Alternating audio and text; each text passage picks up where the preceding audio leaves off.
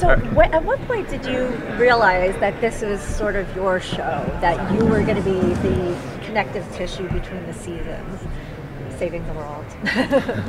I think we always knew, didn't we? That Yeah, it was going to be, way. you know, us two kind of like, and Kurt carrying on. Well, I don't know about Kurt, but Kurt became a fan favourite, so they were just like, well, of course, it's the three of you, the three priests. But yeah, from the outset, I think we knew that. So each season will be a different case that you're working and different family that you're helping? Actually, the beginning of it is it's not going to be like that. While the story advances, I think at a certain point both stories are going to collide. John Cho's storyline and our storyline, and it's going to come soon. The Exorcist is like the single most successful horror movie of all time, and also one of the most iconic. Was there any hesitancy to step into roles like that, or was there any worries that it wouldn't live up to the quality of a movie that's that well loved?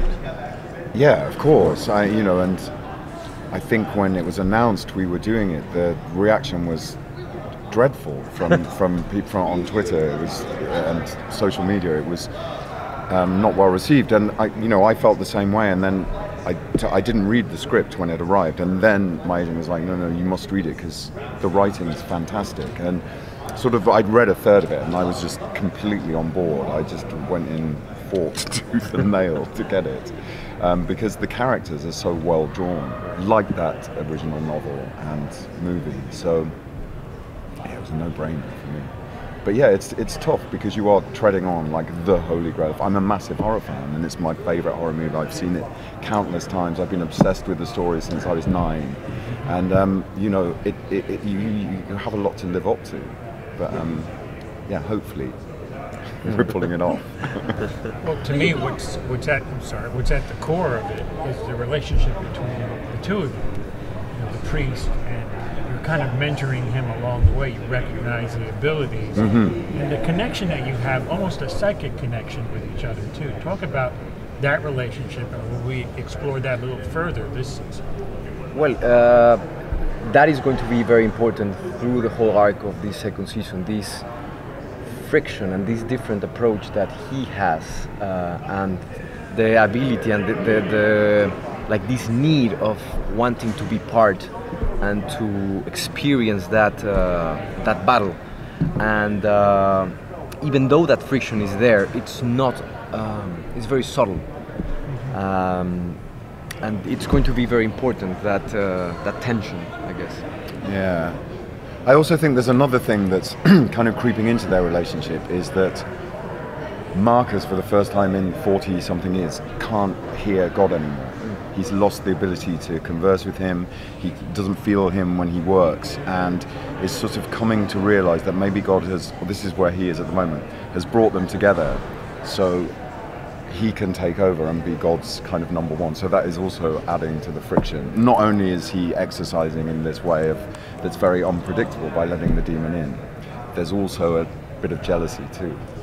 It was such an intense show. Do you sleep well at night?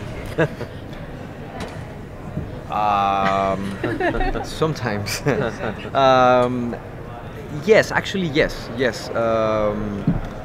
I remember Ben was talking about he had some crazy dreams in Chicago, but I come from a very Catholic background. I'm Mexican.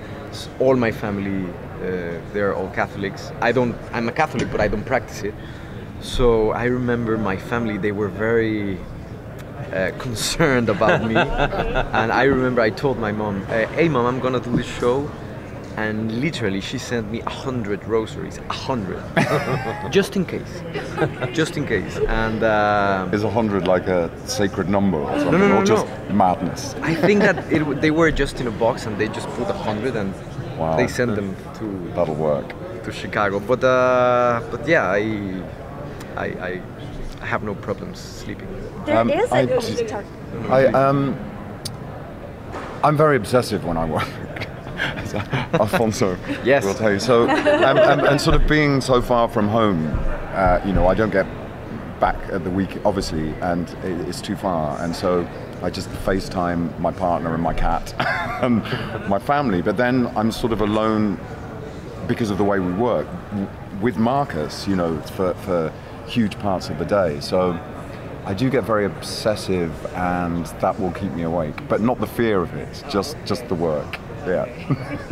But you're not Catholic, right? No. There is an extra layer of terror for Catholics, Yeah, I I'm sure. think. Because, Yeah. Are you getting that from fans? Are they coming up and saying, you know, like, this is really, it's putting ideas in my head? Well, it's funny, when I was first researching it, and Alfonso just touched on it, because my character is the experienced exorcist, or was in that first season, I just crammed my head with as much knowledge as I could, and I read lots, watched lots, and it was all I did for 4 weeks was demonic possession, devil, Satan, and it did start to sort of like go, oh my God, you know, there are so many accounts of it that something strange happens to human beings, and someone will come along and quote some form of scripture, and it's in every religion, every culture, not just Catholicism, and it's a fascinating subject, and it can get under your skin if you let it. And besides, the Catholic Church, they are very hermetic when they try to share information about this specific matter. I mean, they acknowledge it, they know that exists, but trying to get some information from them, it's a little bit hard. At least I tried that in Mexico, and it was very difficult. I couldn't get so much with them.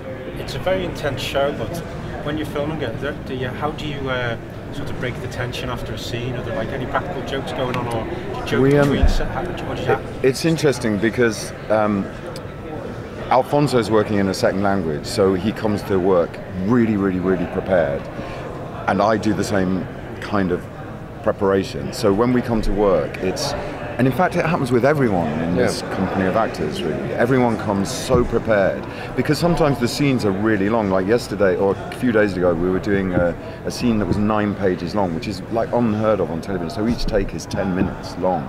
And so the concentration is really, really intense.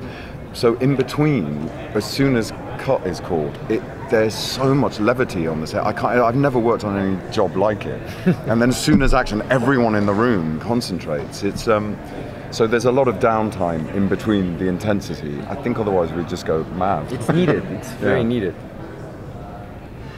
With the new season airing, we're only 2 episodes have aired. Are there any moments coming up that you guys are really looking forward to the fans getting to see? The next episode 3, is directed by Ty West, and I don't know if you're horror fans, but I mean, the House of the Devil is like, and The Innocent, The Innkeepers, are just like 2 of my favourite horror movies. And when they said he was coming to do it, I was beyond excited, and his episode is phenomenal. It's a really, really great episode. They're going to show we'll be seeing a chunk of it. Excellent. And he was just really wonderful to work with, because a lot of the time, you know, when you're working on a long show, you know, directors come and go and they just are happy with what you're doing. But he came in and really pushed us in new ways, and I think it's very exciting. And there's a young actress in it, Beatrice, who's a 12-year-old, and she's absolutely phenomenal. You'll see a clip of her later on. So it's really exciting. I can't wait for people to see it.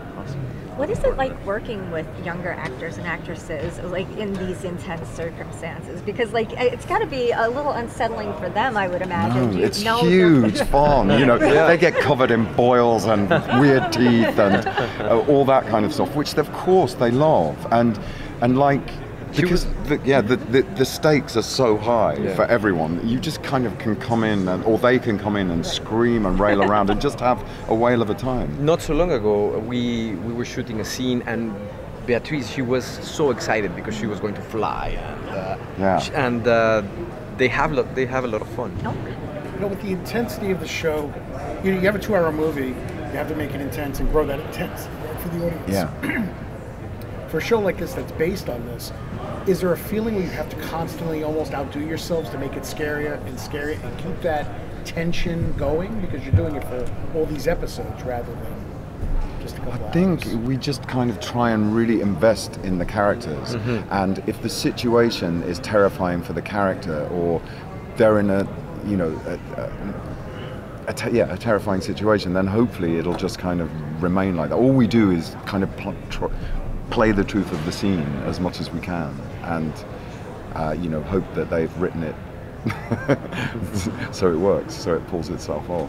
Is the demon the same from season to season, or is it like, are you always fighting against the same manifestation? I mean, I know it inhabits different people, but will you, you know what I mean? No, like, it's a different demon this season. Yeah, okay. but we're not allowed to say how.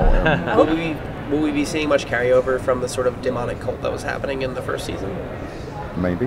I feel like they haven't popped up quite yet, so it's a lot to look forward to. That it will.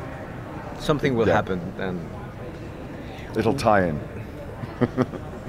As you said, that your characters start on a different path, and then we see John Cho and that family. Can you talk a little bit about how we bring the two stories together? What can you tell us? That would be a spoiler. That would be a huge spoiler. Other than that, they do collide, and we're right now shooting that. Cool. That's what we can say. Thank you guys. Thank you. Thank you so much. Cheers. I love Thank the you. show.